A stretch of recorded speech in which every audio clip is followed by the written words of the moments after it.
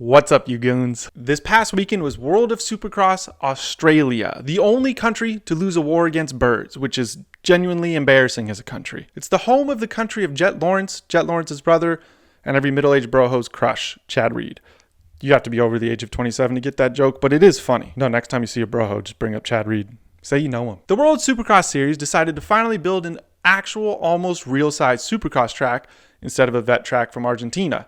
And it paid off because the racing was actually exciting. In race 1, Joey Suck-on-D's Savatgy rocketed to the front with Eli Tomac moving into second, and Ken decided to be a rock'em sock'em robot and almost T-bones Christian Cannoli. And Christian Craig is still so good looking, it had Ralph Shaheen.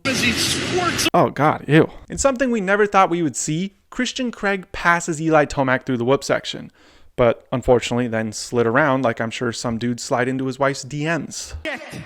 Your wife is in me DMs, hey baby, hit me back on my... And then I haven't seen so many changes since I've seen what Kylie Jenner looked like 10 years ago. Eli Tacos then passes the lead before the whoops, then Kenny Red Bull goes into third, Joey Suck-on-D's tries to pass Eli back, and like the Germans did post-World War II, Kenny snuck on through into good positions. No, seriously? Look into who helped build our space program. Look into it, it's kind of scary. And furthering this unfounded conspiracy theory of mine, which is true, Kenny might have some secret technology in that Suzuki because I don't know how he railed that berm so hard, and a few corners later, Kenny passes Eli Tomac. And a lap later, said f*** them tough blocks and somehow still saved it.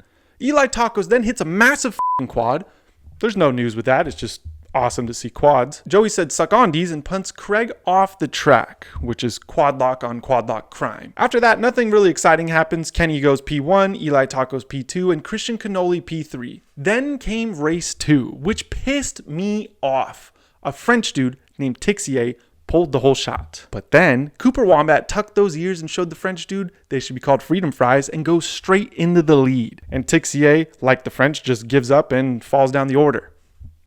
Typical French guy. Team Fried, being the American hero he is, takes the French dude wide and moves into third. Haiden Donuts moved up to fourth during that. Again, French dude gone. And then they started the battle. Haiden Donuts even passes Jason Applebee's, but it wasn't shown in the broadcast. And I, for one, blame Lee Diffie. And in the middle of this battle, a poor Stark Varg is out there in the middle of all of it, probably freaking out because factory 450s are passing him as he tries to figure out how to ride an air fryer on wheels with no clutch. Some little kid that rides a Suron is going to be mad at that comment. A few laps later, some of the best racing you will see for a while went down. Hayden Doritos mobs across the whoops, so Savatgy goes into defense mode and cuts his line away. Hayden Donuts then thought it was Vegas all over again and thought the ginger was Japanese and began to battle and block Joey Savatgy. This dude has PTSD from that. I don't know why someone under 5'10 thinks they're scary, but Deegan does. Then Deegan put those bedazzled boots to work and cases the absolute out of a jump, and Savatgy almost lands on him. They go back and forth again. Haiden Deegan cases a jump so bad even Eli Tomac's Achilles starts hurting again. He then looks back and sees three dudes who plan to bully him next year, and he just keeps looking back. But then, as the Japanese saying goes, if you fuck with Joe, you end up falling some mo. I know that was stupid, but I liked it. So then Deegan fucks it into a corner, and being that the race is actually shorter than Deegan, which is hard to do, he just stands there, gives up. Thinks about how he's going to get roasted on TikTok for this. And he should, because I'm sick of seeing whatever that is. Eli Tomac then thinks about his cows and hope they didn't escape again and slides out and then drops down the roster faster than Deegan when he can't win a battle. I watched that. Oh, too soon? Cooper's tucked ears go P1, Jason Dadbot Anderson P2, and Joey Suck-on-D's goes P3. So the overall is basically still up in the air, and that brings us to race 3, the final race. These things are deceivingly long. That's what she said.